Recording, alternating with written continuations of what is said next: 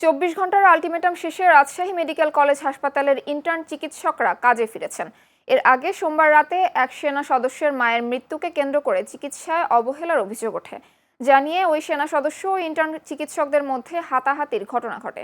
এই ঘটনার পর নিরাপত্তা, শারীরিক ও মানসিক চাপ এবং দোষীদের শাস্তির দাবিতে মঙ্গলবার থেকে কর্মবিরতিতে যান হাসপাতালের ২৬২ জন ইন্টার্ন চিকিৎসক। পরে বুধবার সকাল ৯টায় হাসপাতালের ইএমও ইনচার্জের কার্যালয়ে সংবাদ সম্মেলন করে তারা কর্মবিরতি স্থগিতের ঘোষণা দেন।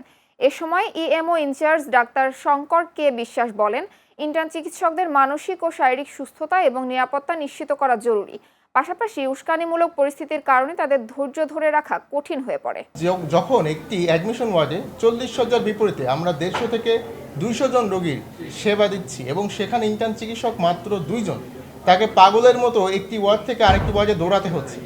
সেখানে যদি কোনো প্রকার অন্যায় বা অন্যায্য এবং অনৈতিক দাবি সেই ইন্টার্ন চিকিৎসকের সামনে আনা হয় এবং তাকে নানাভাবে উস্কানি দেওয়া হয়, প্রভাবিত করা হয়, শারীরিক মানসিকভাবে লাঞ্ছিত করা হয় বা কখনো ভিডিও ধারণ করে মব সৃষ্টির চেষ্টা করা হয়, স্বভাবতই এই পর্যায়ে তাদের যে ধৈর্য সেটি রাখা কঠিন।